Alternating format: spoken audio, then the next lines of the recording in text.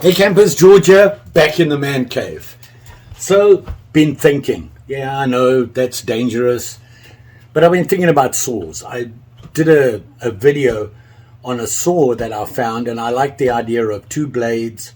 It was a little disappointing because of the handle, but I learned a lot. I learned about blades, why the two different blades, why they're even there, and what they're good for and what they're not good for, that sort of thing. So I learned something. I try to learn something every time I make a video and hopefully share it with you. And I have me another folding saw.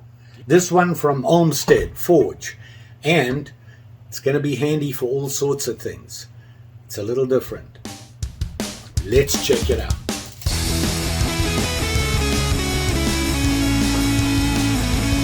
So what I'm talking about here is Olmsted Forge.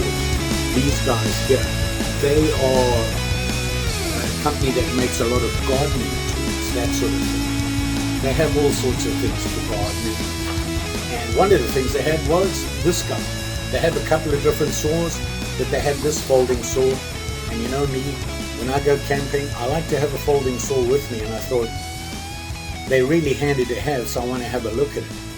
But I want to look at it from their point of view, more on the gardening side, and of course camping as well. But really, this guy was made for gardening, and here it is. Here you can see it there, and it's a healthy saw, pretty big, you can see it, and you got the label on there, and it has a saw handle, it folds. You got the release here, I'm assuming. They call this the Olmsted Forge Hand Saw with 7-inch folding blade. That's how they describe it. On here, it, you know, like I said, it has the label there. And then, interestingly enough, they say here, worldwide patents. So they've got some patents on this thing, and I suspect it's the locking method. I'm not sure about the blade or anything like that. We can have a look at that. It does look nice and sturdy. This is not a small, compact hand saw. And that's one of the reasons I looked at it. It's a little bigger. The handle's bigger, just everything's bigger. You can see it there. And even the blade looks heftier. So it is designed for gardening. And what do you use it in gardening? You're going to use it for pruning. You know, you've got your trees that are growing branches a little low or something like that, or a branch is out of control. You want to get rid of it, and you want to prune your trees, or even fruit trees or things like that. And general use around your garden, probably even in your home. This thing's pretty sturdy enough to do little tasks around the house. So let's have a look at the specs quickly. Not much to look at, but we can look at the specs. I'll give you a rough idea, and then we'll open it up and check out the saw and all that good stuff. Like I said, it comes in a nice box like this. It does not have a sheath. Finding the sheath for this is going to take some looking, because it's big. Inside here they have, I have not looked at their website. I browsed through it really quickly, but I didn't think about looking for a sheath for it. And it says here, Frederick Law Olmsted is regarded as the founder of American landscape architecture and best known for designing Central Park, New York. So that's kind of their history, and it's a nice little brochure thing. Solid cardboard box. Saw fits in there fine. Not something I'm going to keep the saw in, because I don't think it'll take that abuse. So, you know, maybe I'll look into seeing if I can find a bag for it. Now, looking at it, the first thing you're going to see is this handle.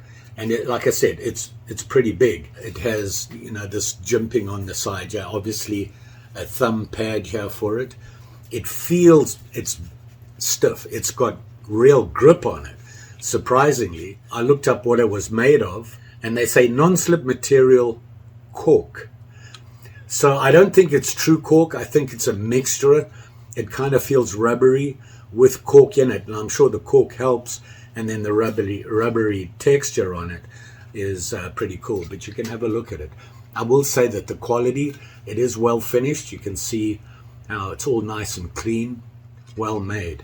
Let's open it up here now. I'm assuming right off the bat that this is how you open it. So I'm going to press that, and I'm letting it go because I thought I saw something on it. Maybe not. Oh, yeah, it locks in right there. But I wanted to show you something, and I'll show you this quickly. You see that? It locks in like that as well. Two different positions, and we'll talk about that. It locks in that what I would call what we typically expect to see.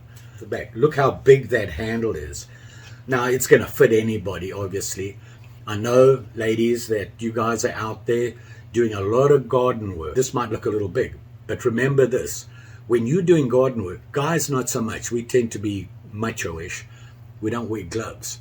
But I've seen gardening gloves, and they're big and puffy and not a good fit.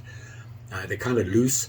This is going to help. This handle will help you with your gardening gloves and obviously keep your hands clean, save your nails and that sort of thing. So that's probably why the size of this is that a lot of the gloves they use for gardening are kind of bulky, and that's going to help. I don't have a big hand. I have a big palm and no fingers. But still, with my big palm, you can see I've still got lots of room here. Now, they have this curve up here, which is a good thing, because if your hand slips, that's going to stop it. And it does have a stopper here, if you look at it. Almost like a folding saw with a canoe handle. You have that canoe shape. And obviously, it stops your hand from sliding off. You don't want to suddenly be sawing away and you slip, your hand slips off and you catch the blade. Nice design to that blade. Slight curve to it. You can see it has that curve all the way across. Pretty common with a folding saw. The blade. Check out this blade. And it's pretty big. The blade length, 7 inches. Now, I'm sure they're talking from here to there. I'll do a quick measurement here.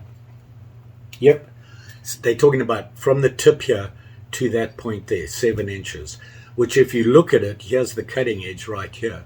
And goes all the way to the tip. So they're talking about, your actual cutting edge is going to be 7 inches. And it's a nice finish, a very nice finish to it. They do say that the blade has been coated with a powder coating, which helps with rusting and things like that. So good thing there. It is carbon steel. It is not stainless. So going to be using this. A lot of the work you're going to be doing is going to be wet. Be careful with carbon. You're going to have to maintain it. That is, clean it off, oil it after use, and that sort of thing to stop any rust coming on because it's carbon steel. You should be doing that to all your gardening tools anyway. Just like we do in camping, you use your tools, you come home, you clean them up, and you put them away. They'll last longer if you look after them. So, overall length, let me just measure it here quickly. Touch over 16 inches. So you've got 7 inches here, and then you've got all this here. So it's not small. It's not. As a camping saw, this would probably work. I can tell you that the blade is in. Look at that. Look at those teeth on that thing. They are huge. This is an aggressive saw. This is what I would refer to as a crosscut saw. You can see it's got some thickness to it. It does flex, which is a good thing. You want that flex in it. It doesn't move in the handle, so it's in there good and tight when it is locked in. And it's a nice looking blade, I will say that. A very nice looking blade. Looking at those teeth again, can you see them? If you looked at my last video, that teeth tells me right away that this is a pull cut. It cuts on when you pull it back. You can see how the teeth are kind of angled towards the handle, and that's where the cutting tips are, facing towards the handle. So when you pull back, that is when you're cutting. Go forward, pull back. The shape here with the blade, you can see it there. What that does for you is when you are sawing, kind of hard to show this. I've got a piece of wood here. I'm not going to cut it, but I want to give you, this is the branch you're cutting. You can see that when you cut the front of the saw here, this area here, as you pull back, the curve of the saw is going to bite in when you pull back. You see that? You're going to get bite. So when you pull back, it has a natural tendency to push a little harder. Most good saws out there, you don't have to put a lot of pressure on them. They'll cut themselves as you go through, just the weight of the saw. So you don't have to push down on a saw and cut back. So if you're having to do that with your saw, two things. Could be just not a very good blade, or it's getting a little blunt. and you might want to have it sharpened. You can do it yourself. I personally won't tackle a saw. I'll do a knife and that sort of thing. I have no problem. Saw blades are a different story. There's 150 little knife blades in there, and I don't know if I can get to them. This is sturdy. This is I got to say, I like this saw. I'm surprised. When I compare it to my favorite camp saw, it's way bigger. I'll do that right now. Halfway, safety there. Your finger slips off and your hands are down there and you slip in. It's going to stop. So it does have stops on it, which is a good thing. And when it closes, although you can see the teeth there, the tips of the teeth are in the blade. So it's safe. It's not going anywhere, and it does lock. You have to unlock it to release the blade. Going back to that stop thing on it, so it has a stop there, and a stop there. And you're wondering about that. If I hold the saw like this, can you see the difference in when we had it on the curve? You have a flat cutting edge here. This is a crosscut saw, so what that does, I'm not sure. And it wasn't such an aggressive blade, I could understand that. This would be nice control, and I would think that that's better. You're going to get a very, if you're not cutting right through something, this will give you a better idea, because every time you pull back, you're not going to, okay, I'm there, you're going to stop. This, if you keep going, give you a nice flat cut. Let me get that other saw for you. This is really not a gardening saw. It is probably designed for outdoor camping. And this is my bucko. And you can see it here. And this is by far my favorite saw that I take camping with me. You can see here, very aggressive blade. And you can see I've used it a lot. This is a great saw. The handle is perfect and it has that shape. It doesn't have that second up here or down the bottom. It's still a great saw. Now, when you look at this and you go, well, that's a big saw. But when you look at this, it's not that big. It's smaller, it's more compact. And that's the thing. This is more of something you're going to put in your pack, put in your pocket, and go hiking or camping. So you can use this to cut your wood, prep your wood for a fire. This is gardening and other things. When you fold it down like this, sure, I'm pretty sure you could fit it into a pocket. It's going to stick out. Here you're looking at the differences there. You can see a big difference there. This, not really designed for what I call lightweight camping. If you're somebody who throws on a pack, puts everything you need in a pack and goes out, this is kind of bulky. And that's why I think it's more for your everyday use at home, in your garden and around the house. This, I got to say, right now I'm impressed with. I want to go and cut something with it and see how well it does. The idea was I have some trees I need to trim, and I thought, this is my camping saw. I don't want to use it for that. I want a good gardening saw. I did buy one, a steel. This one here was the first one I ever bought, and it's a great knife. Works great, but see the size? I wanted something with a little bit more heft to see if I can cut more. Now, cutting more, they do say that, trimming, camping, cutting, general use saw. If you're the type of person who goes camping and you drive out there and you've got a tent and everything, it's in the car and you set up by your car, this will work perfectly for you.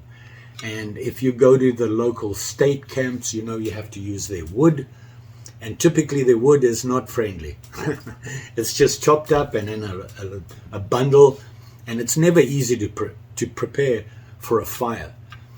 This is going to help, because sometimes those pieces that give you are a little bit bigger.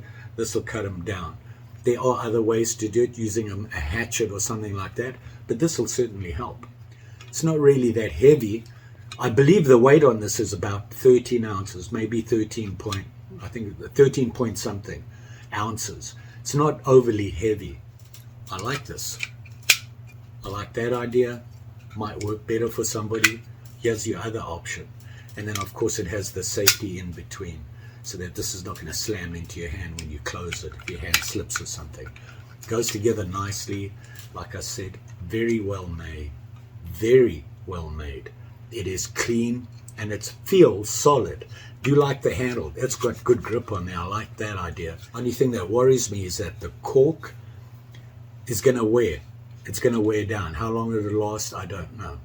But I'm sure they've looked into it and you're going to get your use out of it. And of course, very nice saw. Don't know about you, but I need to go cut some wood. Dirt time. Let's go. Okay, we're in the South 40. It's a little busy out here. Neighbors are getting their gardens ready. We haven't had a lot of rain, and we've got rain coming in this weekend for the next couple of days. So a lot of people are cutting their grass and everything and getting ready for those rains. If you don't cut your grass right now, after it rains, after 3 days, it's a problem. Bear with me here. I have the saw with me, and I have a couple of pieces of wood. I've got one here that is about 2 or so inches thick, and I have one that I've been beating up and doing things with, a little bit bigger. I want to see if it'll cut it. Now, I did say that this is a crosscut saw, and for those of you who are not that familiar, like I was, I read up about it, and a crosscut saw is designed, if you know a piece of wood, the grain is that way, that's cutting with the grain, and that's cutting across the grain. This type of saw is designed to cut across the grain. It's a very aggressive saw, and if you look here, you can see how big the teeth are.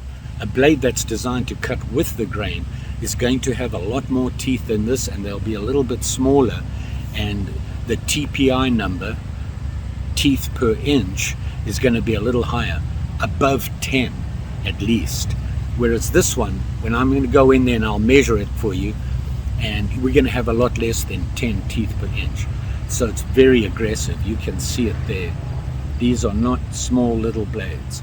And as with anything sharp and shiny, campers, gloves, safety. When you're cutting, you never cut towards yourself. Do not use any part of your body to hold something and cut down on. Be safe first. Now, I talked about gardening gloves. These are my camping gloves, my outdoor gloves, and you can see they're a tighter fit.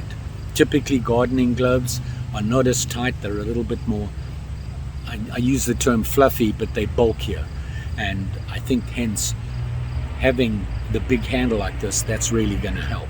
So what I'm going to do right now is cut through that small one, see how it does, and then we'll do the bigger one and see if that works. Hopefully this is going to work, because I'm kind of excited about this saw. It looks like it's going to be a good one. I need to be able to hold it. I want to sit. So I'm going to stand up and I want to cut a little bit down because I want to brace the wood against there. I don't have any other way to brace the wood except my hand. So be careful where your hand is. Start slowly and get the initial cut. Then you're in there. And if I do it slowly, you can see how it cuts on that back stroke. All the cut material is coming out the back there. And we're going to saw away here quickly and see how it does.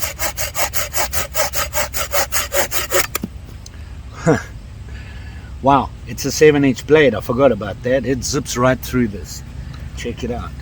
So here you can see the cut here, and it's a little rough, and that's what you're going to get with a crosscut saw. If I was using a saw with double the amount of teeth on it, this would be a lot smoother. But really, do we care about that? We're gardening, we just want to prune stuff off. It gives you a nice, easy cut. You don't want to spend a lot of time doing that. I'm so impressed, I want to do that again. And then you can get into it.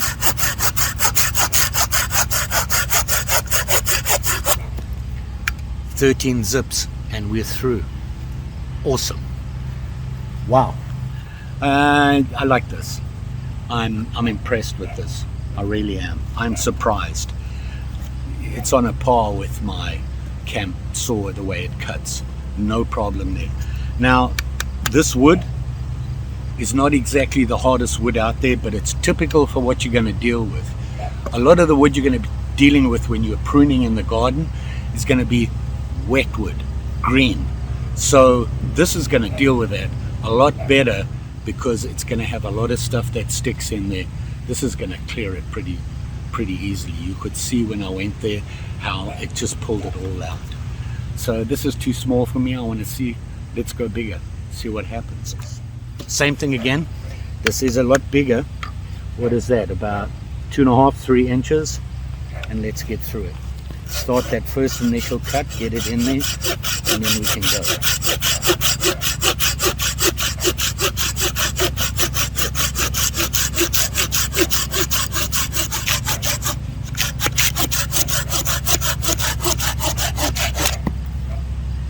Wow, look at that.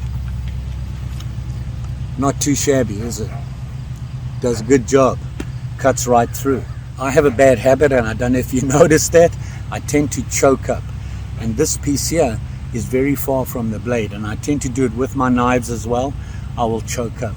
But if you look here, they actually have a little divot here where you can put that initial finger in there, get you a little bit closer to the blade so you can choke up a little bit more. I'm going to finish this chop off.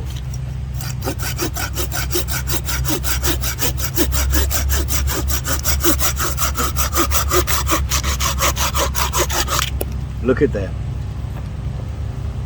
I'll put a link to their website below. To be honest, I got this on Amazon, and I looked at the pricing on the website, about the same. I did not search other websites. Thought that price I paid for it is about typical for a folding hand saw. Just didn't think it would be this good.